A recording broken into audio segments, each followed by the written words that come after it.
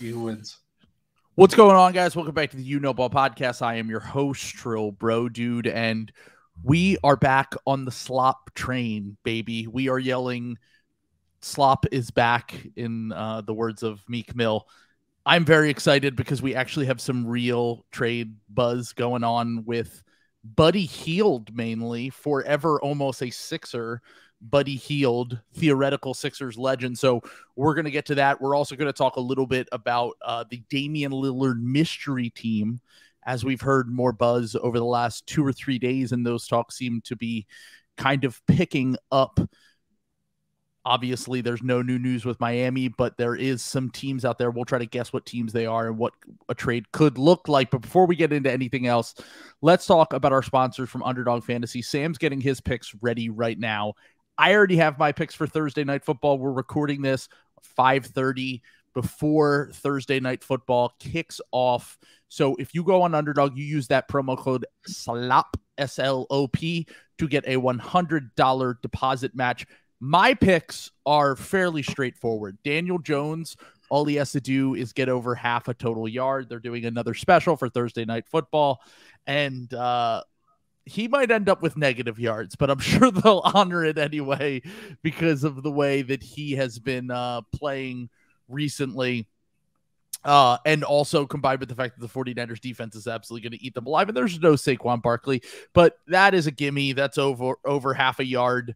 And then I also went higher on George Kittle's receptions because Brandon Ayuk from the You Know Ball, from Trill's best ball fantasy team on Underdog, is currently out. So he will not be playing tonight. So I went higher on George Kittle's receptions. I also have George Kittle on my team, so I kind of need him to start actually having catches during games. So that's higher than 4 receptions, higher than half a total yard. If you put $10 on that on Underdog, you can win $30. Sam, do you have any picks for tonight? Well, I actually, within mine, have all of your picks, so I agree. So Trill's is the baby bet, if you want the baby bet, or you could go for the king, huge, awesome royalty pick that I'm about to give you and do a 5-stack. Let's go. That would include Graham Gano's higher than 5.5 kicking points. There's not going to be a lot of touchdowns. There will be a lot of field goals. You've got the Deebo Samuel higher than 40.5 yards after catch. After catch, okay. Yards after catch. And then you also have Christian McCaffrey's higher than 80.5 rushing yards. He's going to go bananas tonight unless he gets hurt in the first 2 minutes. I had a 4 for Monday night that would have hit if Nick Chubb hadn't gotten hurt. So yeah, I had Nick Chubb on my team as well. I know that's what everyone was worried about with the Nick Chubb injury. Was exactly the first thing that went fantasy. Yeah, I hate that I become everything that I hate during football season when I do a fantasy team. Yeah, because I see a guy's leg explode and I'm like, oh my god. I started him tonight. I have the worst luck in the world. Me personally. This is the worst thing that's ever happened to anyone, that I now have to go pick up Kareem Hunt. Oh, Jesus Christ. But yeah, so that's... Anyway, guaranteed lock. Well, if you add Daniel Jones' literal lock on Underdog, the special that they're running right now. Oh yeah, and that one. That was the last of the 5. Yeah. And if you put 10 on that, you could win $100. So actually, if you you didn't say 5, you said Gano. Well, and Kittle. I was saying Kittle. 2 that you had before. Gotcha. So if you add Kittles as well. Yeah. So if you add Kittles as well on here, you're going to be walking, which is higher than 4 receptions. You're getting $200 if that hits. So go on Underdog, use the promo code SLOP, put that down tonight for your picks. If you're listening on the Patreon, and if you're listening tomorrow on the regular feed on Friday, too bad. Sign up for the Patreon and you'll get Sam's amazing picks that will win you $100 to $200. So let's get into what we came here to talk about, which is Buddy Hield. I ran a poll earlier on Twitter to ask people what they wanted us to talk about first, whether it was... We all agreed Persona 3. We want to talk about Persona 3. Unfortunately, Trill is a tyrant. He's an autocrat. He's a authoritarian, and he's his Mickey Mouse rigged election, unfortunately said that we have to talk about Buddy Hield. So yeah, that's today. What the people did not come here for JRPG talk. If you want to hear that, you got to sign up for the Patreon. That's another way. But actually, I'll edit that part out so that people don't hear that. I'm paying for what? Persona 3 Reloaded. What? It's gonna be great, folks.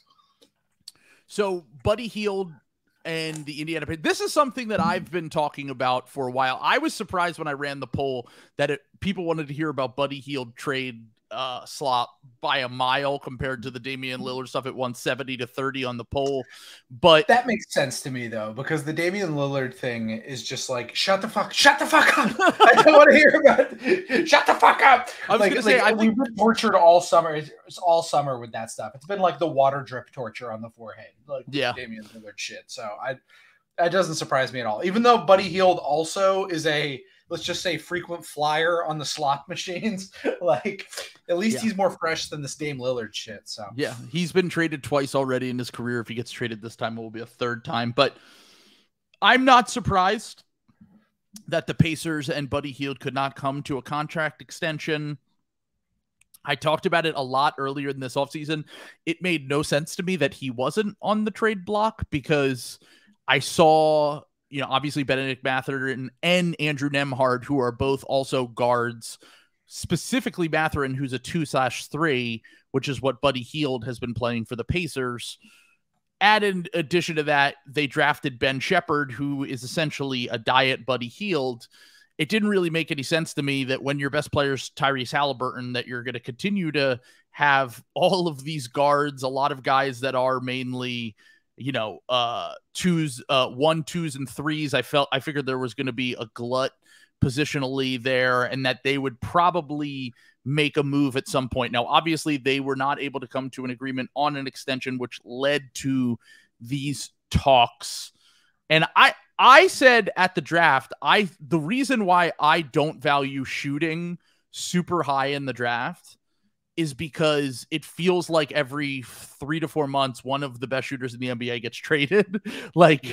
We just saw Luke Kennard get traded earlier this year. This will be the third time Buddy Hield's been traded. Seth Curry's constantly been traded and available via free agency.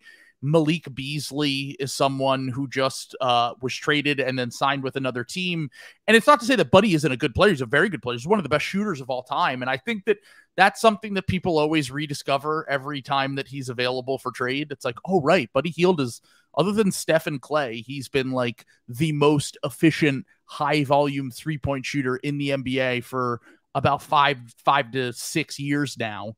And I think he could help a lot of teams. Like, I think that there should be plenty of teams lining up. I did come up with a few fake trades of my own. And then Shams just said that Milwaukee, Philly, the Sixers, and the Mavericks all have expressed interest at a different time regarding Buddy Hield. I actually only have one trade for those teams, but were there any teams that immediately stood out in your mind when you heard about Buddy being available? I mean, there are a couple. I think honestly that one of the teams I thought of first was the Suns. I didn't think of them because of the DeAndre Ayton connection. Yeah, but they re-signed Miles Turner. Yes, but like those guys could also like play together. Both of those guys. They kind of already did the two center thing though.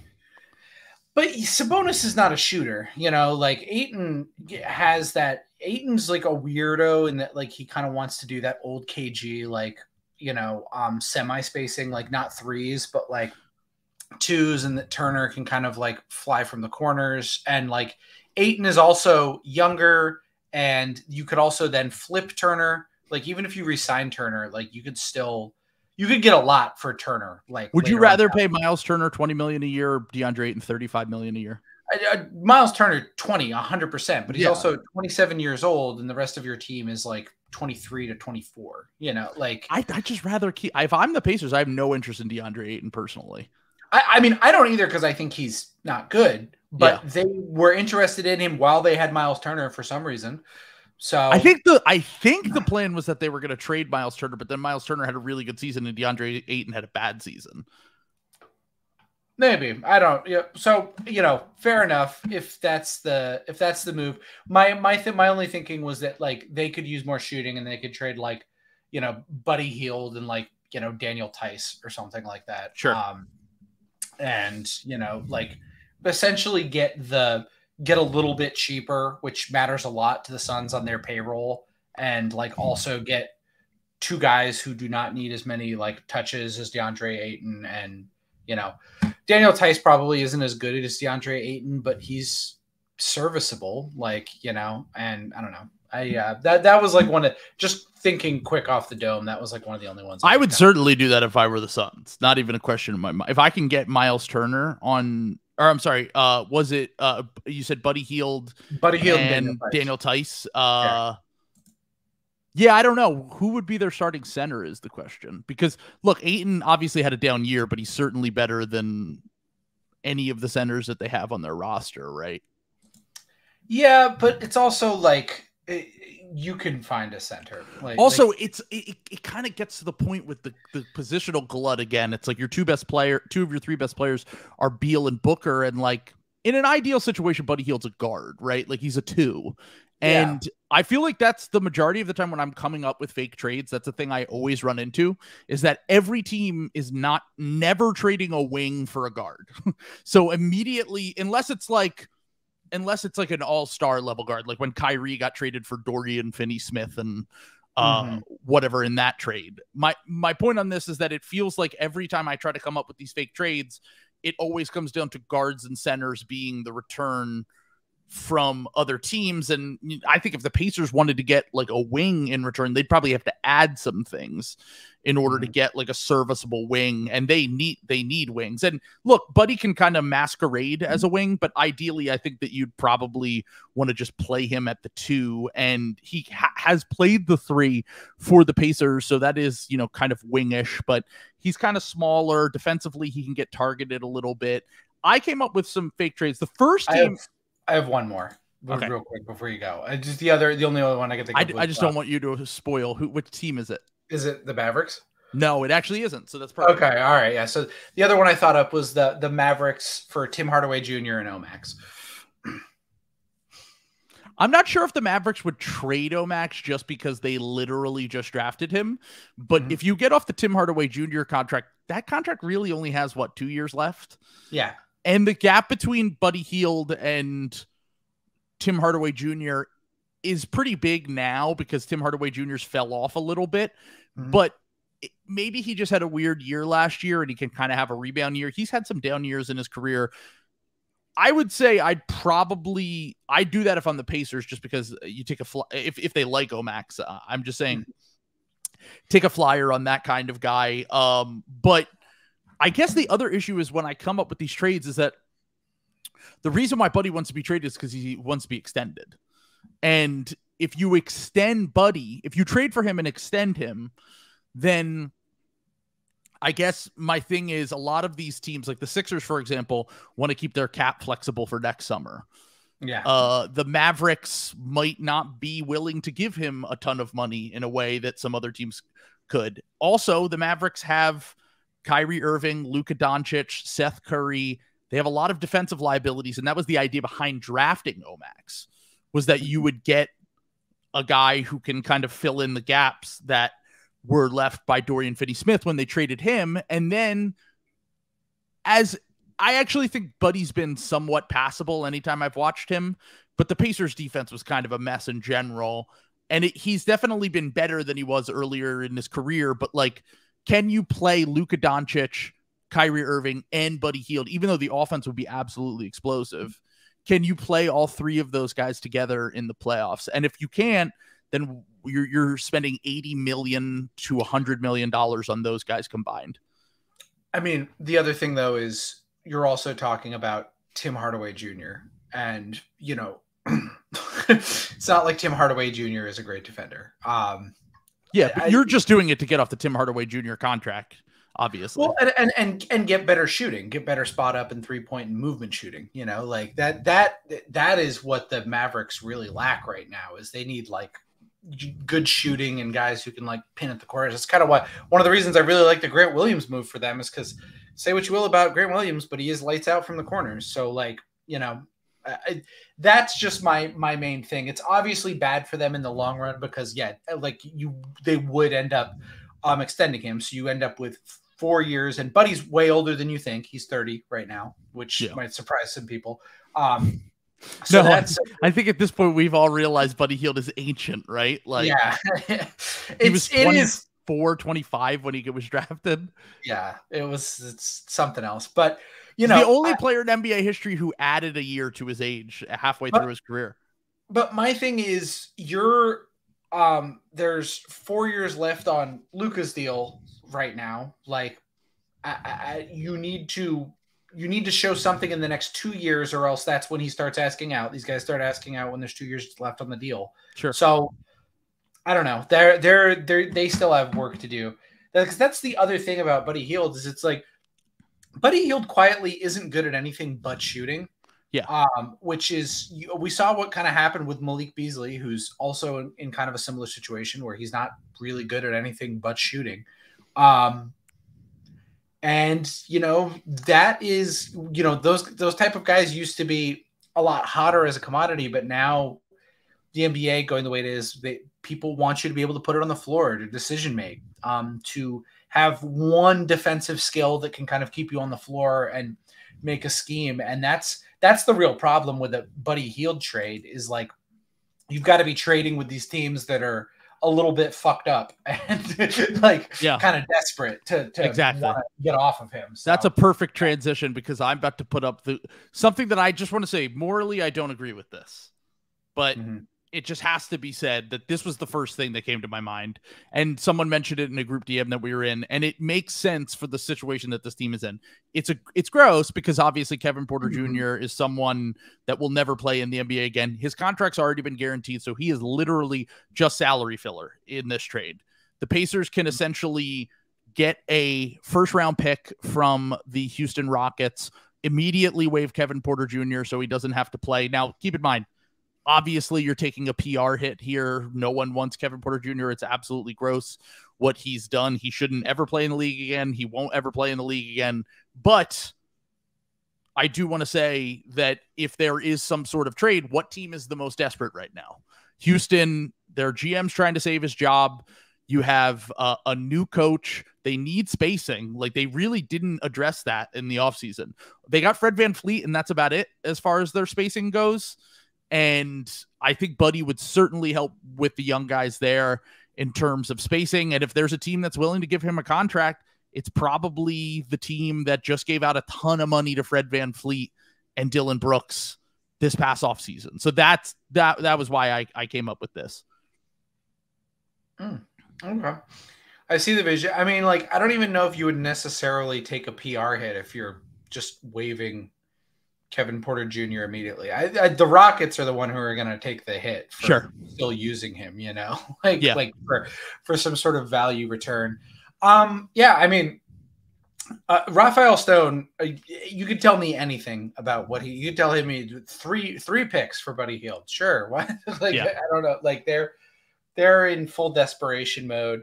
It also seems like those Brooklyn picks won't be as valuable as they might have seemed 2 years ago. Yeah, I was going to say the pick that I included was a 2026 Brooklyn pick, and I added a top 10 protection to it.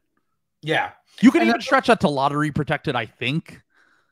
Yeah, you could probably make it lottery protected, but even then, you know, it's not like you're giving up a pick. It's not like you're giving up like a Lakers pick or a Bucks pick or something like that has this like real crazy upside in like 3 or 4 years, you know, like, so I think that's a perfectly fine trade. You know, Brooklyn's, you know, done a pretty good job keeping themselves out of the cellar, and they don't seem like they're going to be like a bad team for like a long time. They have a lot of assets and a lot of good young players. So and they might get Donovan Mitchell a year from now. Who knows? Like they could go after one of the big fish as well. Like we you know, what if Luka or Giannis or Embiid, like any of those guys, there's someone that they could make a flyer on in the next year or two and completely change the trajectory.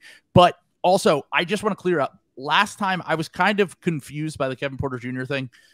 Kevin Porter Jr.'s contract he already hit the guarantee date, which I think we talked about in the last episode. Mm-hmm. So the Pacers aren't helping him in any capacity. He's already going to get paid and bought out of his contract, depending on what happens with the league investigation and stuff. So this is literally just for salary filler. I thought it was gross when it was $1 million. I thought he only was guaranteed $1 million, and then the team would have to guarantee the rest of his salary to make the salary match, and that's why it would be a bad PR look. But I was informed it's $1 million a year from now that he's guaranteed, and that's it. So you're basically just getting this. You're getting Buddy Hield to a team where he can get a new contract, and you're getting yourself a first-round pick. That's all this is. So, all right. So that was the first one, Rockets. I tweaked this one, and I came up with one that I know that you'll like. And I did the same exact format, except in this situation, the Pacers get Kevin Porter Jr. and the Celtics first-round pick for next year. The Rockets get Malcolm Brogdon, and then the Celtics get Buddy Hield. I was doing bits online about Buddy Hield for Malcolm Brogdon. I don't know. I don't know. Well, he's not going to go back to the Pacers is the thing. That's why I included the Rockets here. Why wouldn't he go back to the Pacers? I mean, the Pacers just traded him a year ago. I'm assuming they didn't want to pay him. Right, but they're just getting a first-round pick in this case. I don't know. I complain about Malcolm Brogdon. I'm not a huge Buddy Hield fan. And I don't think that Celtics necessarily need 3-point shooting. They need ball handling more than anything else, I think. And as much as I despise Malcolm Brogdon and hate the way he plays, he does, at least in theory and in the regular season, fit a need. He's going to be dog shit in the playoffs when I'll get mad. But I don't know. I don't necessarily, I don't even know if I would necessarily trade Malcolm Brogdon straight up for Buddy Hield, to be honest. Oh, wow. Okay. Then yeah. Never mind. So I'm shocked to hear you say that. I figured it gets off the Malcolm Brogdon contract. That first round pick is in a bad draft is probably going to be the 29th pick or whatever. And I mean, look, Missoula ball, they love to shoot threes. You'll have Porzingis, Buddy Hield, Al Horford, guys that are not, and then your best two players also aren't shy about putting up threes. I just figured adds more 3-point shooting. Although I guess Brogdon was a really good 3-point shooter last year, so it doesn't really, even though Buddy's historically a much better 3-point shooter than Brogdon, but Brogdon's a pretty good 3-point shooter as well. So maybe it doesn't make any sense, but I thought you would have done anything to get rid of Malcolm Brogdon, but I'm also, I just dislike him being on it's a psychic thing, the reality of the matter is you'd probably need a pretty good player to replace Malcolm Brogdon, so, and the Celtics are just fucked up. They need I would trade Malcolm Brogdon for Tyus Jones, or someone like that. But I just, a lot of other guys just, you're probably not going to get that return because Malcolm Brogdon is an empty stats guy who's often injured and not good. So, but I don't know. I'm not a big Buddy Hield guy just because I just straight up 3-point shooting is tough. I don't know. Is Buddy Hield that much better than Sam Hauser? $18 million better than Sam Hauser? I mean, maybe not 18 million, but I don't think his next contract he's going to get 20 million. He's on 19 million right now. I think maybe that's a reality that he'll have to realize a year from now because he was paid at a time when shooters got paid like crazy.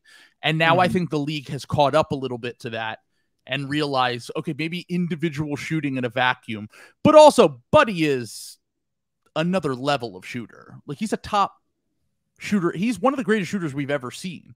The thing is that we've never seen him on a team that has defensive infrastructure. And I would be very interested to see that. If he ended up on the Celtics or the Bucks or even the Sixers, if they kind of were able to keep some of their guys, I'll talk about the Sixers at some point, but if he was able to end up on any of these teams, the Heat, the Lakers, whoever, I think Buddy could be an interesting fit. If he's the 4th or 5th best defender on the court, I think you could make it work in some situations. And I think that his volume and his ability to shoot the three, I actually think he can create a little bit too. He showed a little bit when he first got to the Pacers before they brought in some more ball handlers that he's not like a complete zero with the ball in his hands. Now, you don't want him running a ton of offense, but my point is that he can extend an advantage.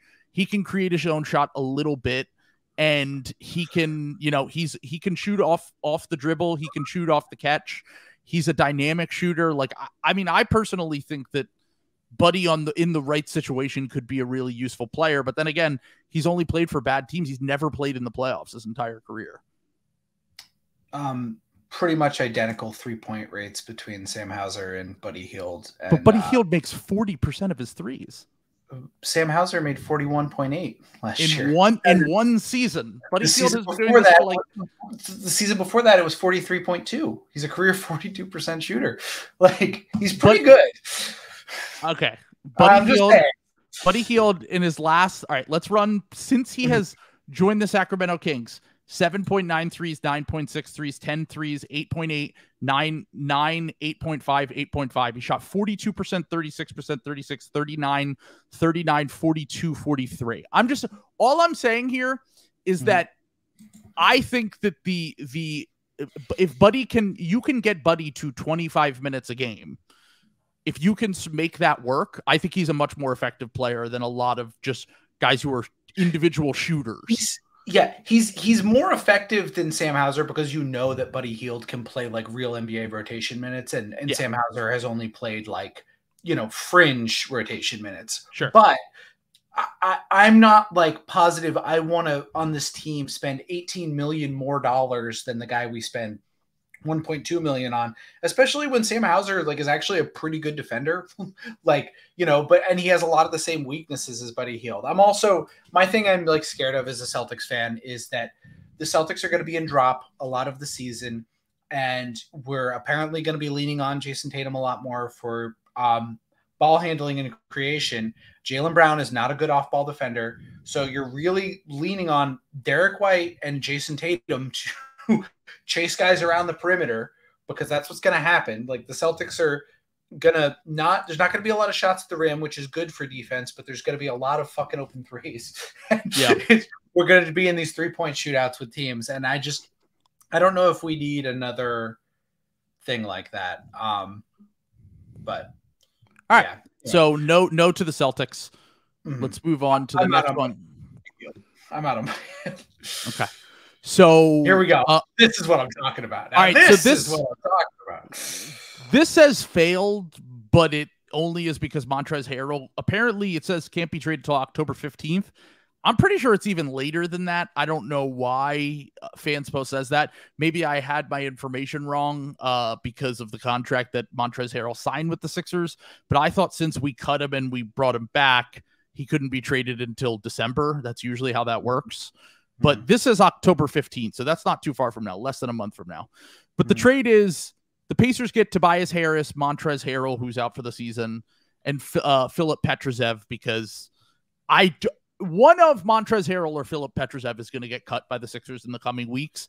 I would imagine it's Philip Petrusev, only because Montrez has enough salary in his contract to add to a trade if they do it at some point.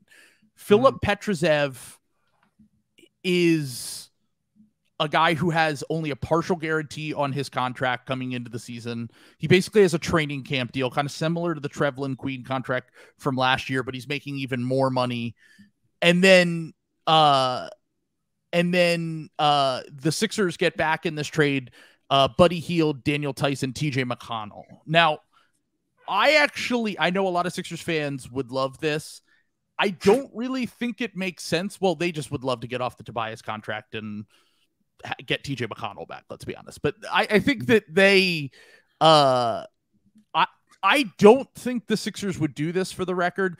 I think if there is a way for the Sixers to make a deal work, it would have been kind of similar to what people were floating out there, where it's like Jaden Springer, Furkan Korkmaz, and PJ Tucker for Buddy Hield, which is like adding up salaries to get to Buddy Hield. And I don't think the Pacers would do that, is the problem. So the reason I don't think the Sixers would do this is they, like I said, they have a glut of center, so I don't think they'd care about trading Harrell or Philip Petrusev. But Tobias is still one of the only wings on the team. So unless you think Kelly Oubre and PJ Tucker are going to be your wing rotation next year, you get really small really fast with a trade like this. And I think that Buddy is a fantastic fit with Joel, like running dribble handoff stuffs in that like JJ Redick type role where you can put him at the 2 mainly, sometimes at the 3, maybe bring him off the bench as like a 6-man type. And you try to split up his minutes without Harden and Maxey as much as possible to not have to worry about the defensive stuff.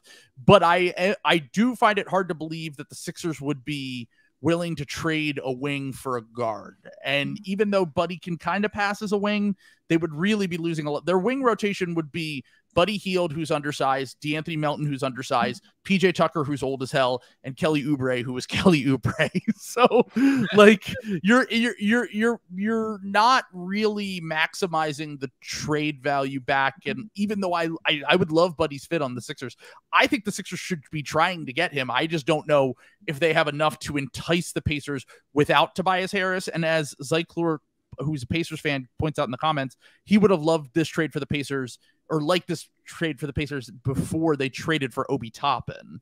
But now they have Obi Toppin and Jarris Walker, who are both 4s, and they're trying to make that work. So Tobias is fit there. I mean, he could play the 3 some, and you could probably make that work, I guess. But this trade probably was more appealing to the Pacers and the Sixers a few months ago as opposed to now. I'm trying to make you so you're not on board with making a 3-team trade war crime where James Harden goes to the Clippers send stuff to the Pacers, and you guys get Buddy Hield. The Sixers just won't do that. Daryl Morey just won't do it. Yeah, I was gonna say I didn't even waste my time with it. Okay, I was gonna say, if you want to pull up one, I'm down to give you the floor right now, because it's hard to like know what Buddy Hield's value is to the Pacers, you know, because they probably will get what their offers are for real stuff, you know, and I think Buddy Hield's value would need to be something where like they called around the league and nobody was super interested for them to accept like Amir Coffey and Kobe Brown, and you know. I don't think that's out of the question though. How many times do guys get traded that are like solid players that fit on a lot of teams, and then we're like, really, that's all they got back? Like, look, say what you will about Jared Vanderbilt and Malik Beasley and D'Angelo Russell, but that only cost Russell Westbrook's expiring contract and a top, what was it, 8 protected first-round pick. Like, you can get rotation players. You can get guys via trade without giving up a lot. I might even be overvaluing how much trade value Buddy Hield has, which if I'm the Pacers and it's already out there that they couldn't come to an agreement, I'd imagine that Kevin Pritchard isn't as much of a psycho as Daryl Morey. And he's not just like, okay, just sit on the team and we couldn't find a trade we liked. I think they'll probably find a trade and they might get less value back than any of these trades. Yeah. Yeah. And I think that is, I don't know.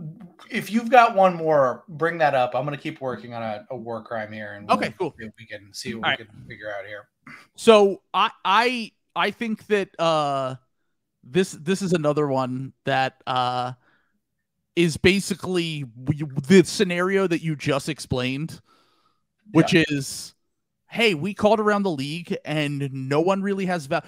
Look, no one is interested in Buddy Hield trading real value for him because they have to immediately extend him, basically, or extend him next offseason. Like in the Sixers situation, they might work on a contract next year to try to preserve the cap space or whatever.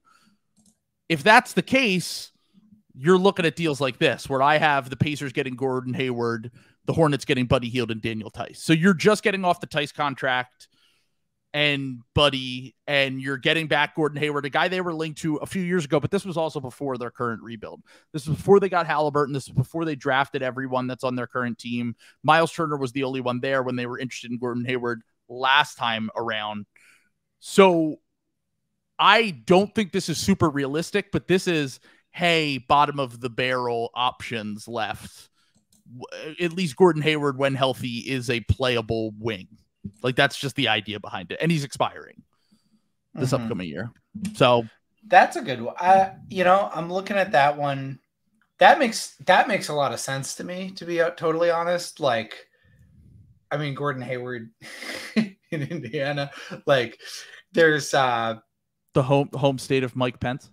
Yeah, home state of Mike Pence. I mean, I don't like. I think the other thing is, like, Gordon Hayward actually does kind of, like, he could fulfill that role that the Hornets kind of had for him. The Hornets are just like, to have Gordon Hayward on your team, you need to have like a pretty good infrastructure because he's just in and out so much. Yeah. But when he's there, he can really help your young guys like learn stuff, like, so I actually kind of like that for the Pacers. Like, why not? And then, like, you can probably get him back on like nobody's going to pay Gordon Hayward like real money. Like, you might be able to like get, yeah. Like, how old's Gordon? He's like my age. So he's what, 33, 32 or 33. Yeah. Yeah. Like, so he's probably got like, 2 or 3 more years. You might be able to like re-sign him on like a mid-level contract just to have one of those on the books. And then you have, a small forward who can still play make, is not terrible, and there's just not a lot of good wings out there. Not terrible on the court. Yeah. So, yeah, I mean, honestly, I kind of like that. I mean, I think the worst part is that they're giving up Daniel Tice. So, but Daniel Tice doesn't play for them. Does he not really? He wasn't in their rotation last year. Wow. Yeah. Okay. Isaiah Jackson's their backup center. He's their third string center. And they also just drafted Jarris Walker, who I think can play small ball 5 in some situations. So if that's the case, I think that you're not really concerned with Daniel Tice. But in this scenario, like I said, this is bottom of the barrel. This is from the Hornets perspective. They might be like, we already have Terry Rozier. He's too similar to Buddy Hield. Like, why are we getting him? Right. Yeah, right. Jalen Smith also played more than Daniel Tice did last year. Daniel Tice was good in the World Cup, but he's definitely not quite as good as he was when he played for the Celtics a few years ago. I think he's fallen off a little bit. But let's get to the last trade that I have up here. I'm sorry to all the Pacers fans. I keep trading you all of the far right NBA players. This is Jonathan Isaac and Denver's first round pick that the Magic got for Aaron Gordon for Buddy Hield. I think the Magic need shooting. Like, in the draft, they got Jet Howard, and that was the idea behind drafting him was probably that they thought he could turn into a decent shooter. But other than that, like, a lot of their guys are just not. They just don't have a ton of shooting. Like, Wendell Carter's good shooter for a big, but he's not a high volume guy. Franz is a passable shooter. Paulo's not really a shooter. Fultz isn't a shooter. Like, Cole Anthony's a shooter, but he's also an on-ball guy. Buddy could probably, I don't know if they'd give up the first round pick, to be completely honest, because what I just talked about, but the Magic were so desperate for shooting that they just signed Joe Ingles this past offseason. So that kind of tells you where they're at in terms of needing shooting. So I one of the reasons why I said if I was them, I would not have drafted Jordan Hawkins was because you can just get Buddy Hield. Like, you can just go get Luke Kennard or Buddy Hield or one of these guys. So I think that this would make a lot of sense. And I think that the Magic should try to be as competitive as possible. And just like Gordon Hayward, even more so. I mean, look at Jonathan Isaac's description on here. It just says low minute. He doesn't play games anymore. So yeah, I think that I would probably just try to get someone for Jonathan Isaac. But then again, we know the DeVosses probably won't sign off on getting rid of their little right wing son. Yeah. I was gonna say this is like Daryl trading James. That's like just an unreality thing that's gonna happen. So but again, but it's something that does make sense on paper. I think like the Magic could use the shooting, the Pacers could use the locker room presence. Yeah, I could use the Look, yeah. Look up Herb Simon's political contributions. I'm sure that he would like. Yeah, he would love to get a guy like that in there. Let me just say that. By the way, I have the war crime. All right, pull up the war crime. That will be the last part of the free section before we go into the Patreon. Mm-hmm. So you pull that up. Okay. So I'm going to share my screen here and share this monstrosity here. All right, here we go. I'll read it off for those who are listening.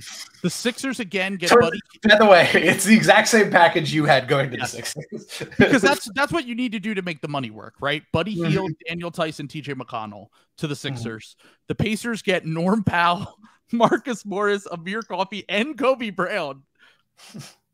And then the Clippers get James Harden. I mean, I think the Clippers would certainly do this. Oh, Clippers would definitely do it. I think the Sixers would, if Daryl wasn't a crazy person, would consider something like this. I mean, I think that if we're being realistic, Daryl would want the 2 firsts from the Clippers as well. Mm-hmm. And he would probably also demand like, I don't know, 50% equity in Microsoft from the Clippers as well. Yeah. But I mean, from a value perspective, I think the Pacers are just getting too many players.